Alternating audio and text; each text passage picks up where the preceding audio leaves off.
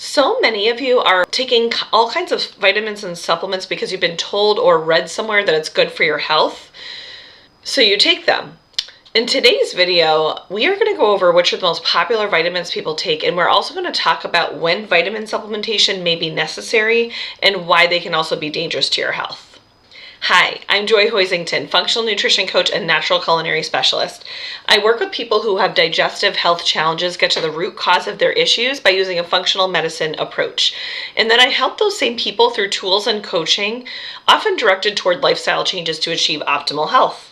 If you are new here, would you please consider hitting the subscribe button and turning on the notifications bell so that you can be notified of the new videos that I post each week. So some things that you should know about vitamins and supplements is that they're not tightly regulated by the FDA as drugs, but as food.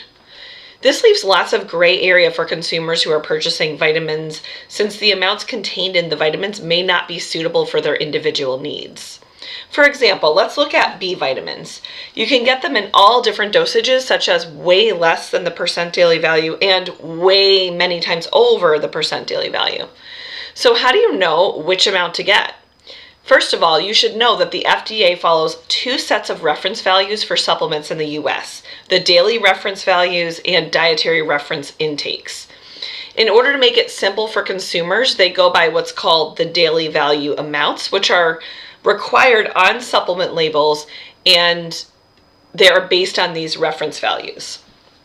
So if you look at the supplement facts label on the back of your vitamins and you look at the right-hand column, you will see a percent daily value listed for mostly all minerals and vitamins. So for example, on this supplement label for vitamin B6, we see pyridoxine HCl, which is the most common form of vitamin B6 in supplements. And we look over to the daily value column and it says 11,765% of the daily value. This is obviously way over the necessary intake for the average person, unless of course perhaps they have a deficiency, which would need to be confirmed in blood work and carefully monitored by a healthcare provider going forward. Now, there are bad things that can happen when you don't have enough vitamin B6 and bad things that can happen when you have too much. This is why supplementation can be risky. For example, with low blood levels of vitamin B6, it can cause anemia, scaling of the lips and cracks in the corners of the mouth, swollen tongue, depression and confusion, and weakened immune function. And this information is right from the National Institute of Health, by the way. Symptoms of high B6 in blood would not come from food sources, but from taking long-term vitamin B6 supplements in the amounts of between 1 and 6 grams per day, or 100 and 600 milligrams per day, which is a supplement like this one here. The side effects are severe and progressive sensory neuropathy, which is abnormal nerve function and sensation in the body, disfiguring skin lesions, sensitivity to light, and gastrointestinal symptoms like nausea and heartburn. So, as you can see, there are risks either way. But if you plan on taking vitamin or mineral supplements, you should be educated on how to read a supplement facts label. And if you are on medications, you should be under the care of a doctor, preferably a functional medicine doctor who is overseeing the usage of supplements along with medications. The reason why I recommend a doctor trained in functional medicine rather than allopathic or traditional is because traditional doctors get a very minimal amount of nutrition-related training, and so this is often not a common area of focus or knowledge for them. However, doctors trained in functional medicine or naturopathic medicine, for example, receive years and years of nutritional training, specifically in nutritional biochemistry, and therefore are experts in these areas. Vitamins, minerals, and herbs are just like medications in the body, and they can definitely interact with other medications. This is why I'm a huge advocate for getting your nutrients from food sources. Did you know that you can get the full recommended daily allowance of vitamin B6 from just one large baked potato? A few other amazing sources are bananas, spinach, nuts and seeds, meats, poultry, and fish. Now, here are some common reasons why you may not be getting enough nutrients from your diet. If you are a person who eats the standard American diet, which is mostly processed foods that lack color, vitamins, fiber, and minerals and other essential nutrients, or if you have a diagnosed autoimmune disease or other diagnosed diseases, if you're on long-term prescribed medications, if you live in an area with inadequate sunlight such as New England where I'm from, or if you're a vegan or vegetarian or you restrict certain food groups from your diet long-term, if you've struggled with disordered eating, or if you're pregnant or lactating, which puts the baby at risk.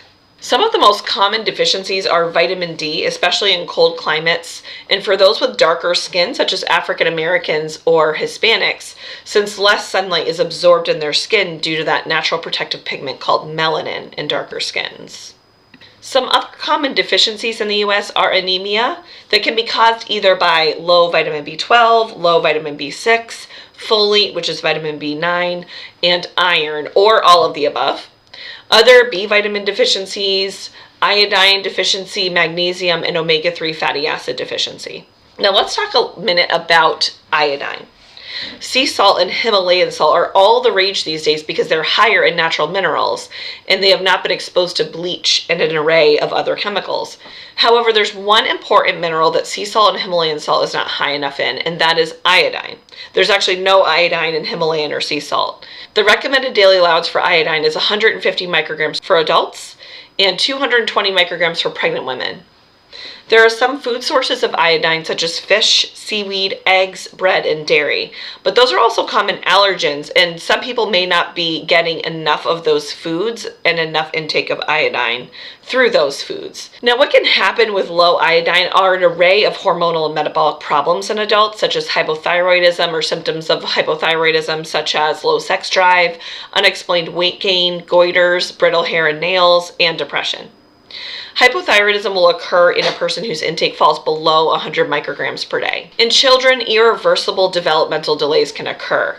On the other hand, high intake levels of iodine, such as those who are taking iodine supplements over 1100 micrograms a day, can cause hyper or hypothyroidism, since excessive iodine intake lowers thyroid hormone synthesis. But too high or too low iodine can also cause thyroid cancer. But as stated by the NIH, some people, such as those with autoimmune thyroid disease or iodine deficiency, may experience adverse health effects with iodine intake levels even lower than the upper intake level. One thing I educate my clients on is the type of salt that they can get that is fortified with iodine, but it's also a healthy salt source, and that is iodized sea salt. This way that you get a healthy whole food form of salt with all the right balance of minerals needed for healthy muscle and nerve conduction, healthy heart and kidney function, and balanced pH with the iodine in there. And the reason why iodine deficiency became common prior to the 1920s is partly because of the lack of minerals in the soil due to farming practices, such as using pesticides on crops, which depletes minerals in the soil. If you are someone at risk for iodine deficiency based on your lifestyle, I'd like to recommend a specific kind of kelp supplement that has been tested by a third-party testing lab to ensure correct iodine amounts are contained in the supplements and to ensure that there are no heavy metals. And that is Icelandic kelp by Nature's Life. Now, I have left a link below for a handy nutritional supplementation chart that I've created that you can access for free that includes information on how to maximize your vitamin mineral intake through your diet with whole foods based on each micronutrient. It also includes information in the chart about vitamin mineral supplementation risks and also medication interactions to watch out for. In addition, I have left a link for you below to your very own nutritional supplement tracker so that you can see how much you are getting from your supplements and keep that information organized. And for those of you who feel curious about whether or not you are at risk for a nutrient deficiency or that maybe your current supplements may not be appropriate for you, I encourage you to schedule a free 30-minute assessment session with me so that we can have some time to chat and go over your concerns and to see if whether or not we could work together. I left that link below as well. Thank you so much for watching. I hope that this was helpful, and I look forward to seeing you next time.